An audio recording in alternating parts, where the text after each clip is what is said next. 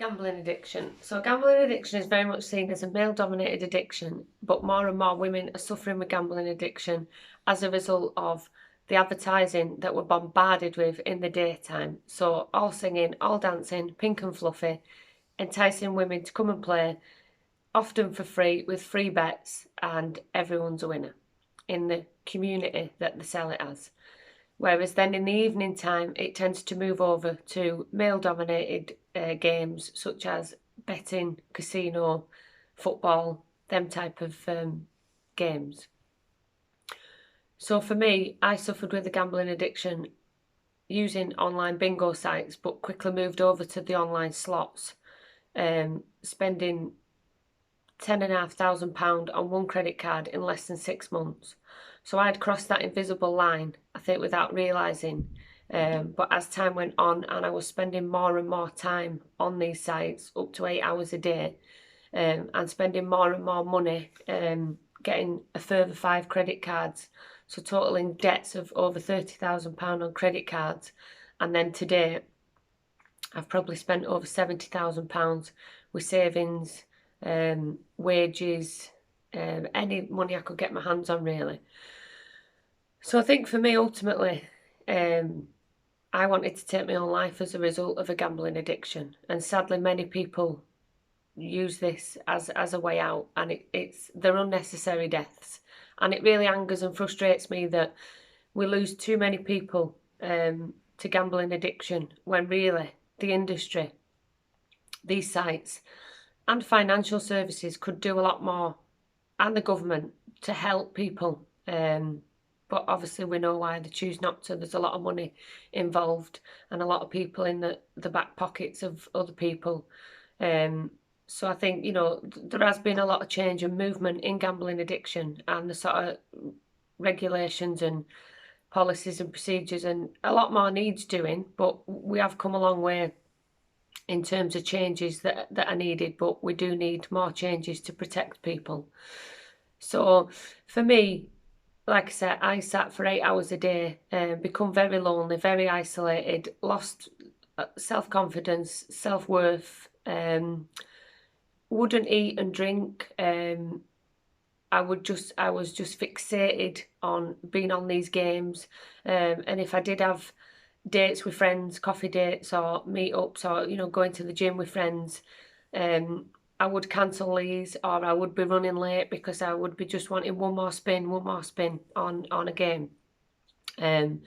So you do sort of become a bit of a recluse, and the fixation is that you need to be on these sites, and you need to be putting just another £20 on, and the vicious circle is that you're always trying to chase the initial money that you've put on, and it's then not about winning back more money, it's just about winning back the money you've initially lost, which then obviously causes a vicious circle of you're spending more, you're losing more, you're spending more and losing more. And then for me, when I did win, I couldn't withdraw the money, so it's as if it was a form of self-harm, if you like, that I deserved to lose the money because I was betting beyond my means, and that I didn't deserve the money that I'd win. And I find that, and a lot of other people might relate to this, that you could have hundreds of thousands of pounds in an account that you've won, but you would just spin a little bit more and a little bit more to think that you could just extend that win a little bit more, inevitably losing it all. Therefore then your mental health takes a turn for the worst, as mine did. And you, like I say, you become a compulsive liar, you lose touch with reality, you lie to family and friends, to loved ones, you unnecessarily lie as well, lie about things that you don't really need to lie about. And like I said, you just detach yourself from the world, and the numbers are just digits. So the money is digits and numbers, it's not money. And I've always said, if you had a pile of money at the side of you, and every time you did deposit, you saw a note going off that pile, you never ever would deposit as much as you did, because it was sort of digital, and you can't see the money. So like I said, for me, I'd spent all my means of money, and I'd gone to town one day and put a £1,600 overdraft on one of our joint accounts. And within less than an hour, I'd spent it on slots, spinning away. Which for me, I can only describe the feelings of sort of trauma, and as if somebody had said to you that maybe all your family had died in a horrific accident. That I can only relate the feelings to something that horrific. When you know you've lost money and there is no way of getting this money back. So I chopped up the cash card and started scratching away at my wrist. Drew blood, it was superficial.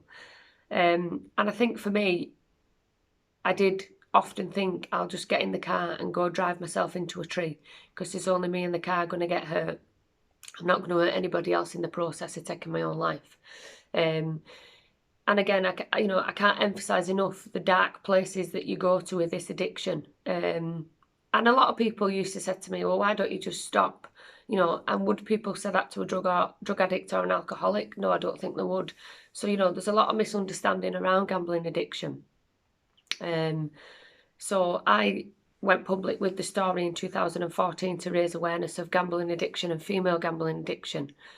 And the effects of this addiction. And I think you do lose a part of yourself that you never get back. And I've, since going into recovery, I've never regained my previous self. I've carried 2 stone additional weight that I put on because I isolated myself and I stayed in the house, and I didn't want to do anything, and my mental health was so low that getting out of bed some days was a task. But I did work full time throughout my addiction, so you can get up and put a smile on your face and everything's all right.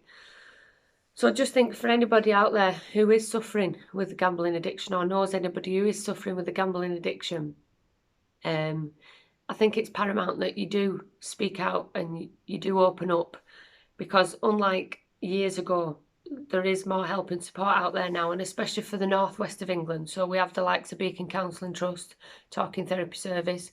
We have the likes of the Northern Gambling Clinic, fantastic clinics all up in the northwest of England. There is online services and there is phone services, and so the services are catered to differing needs for people that might not want face-to-face services. So I would really say speak out, reach out for help, and put blockers. There's lots of blockers in place now for devices. Put your blockers in place. Speak to your bank about putting blockers on your accounts for gambling transactions. And there is life after gambling addiction.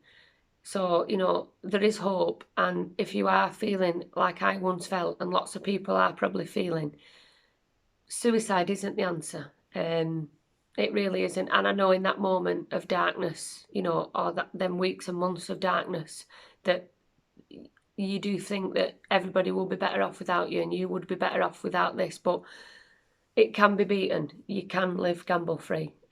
So please, if you are suffering, reach out, get help. You can live gamble free and you can have a good life after gambling addiction. So please reach out, get help, and get on that recovery journey.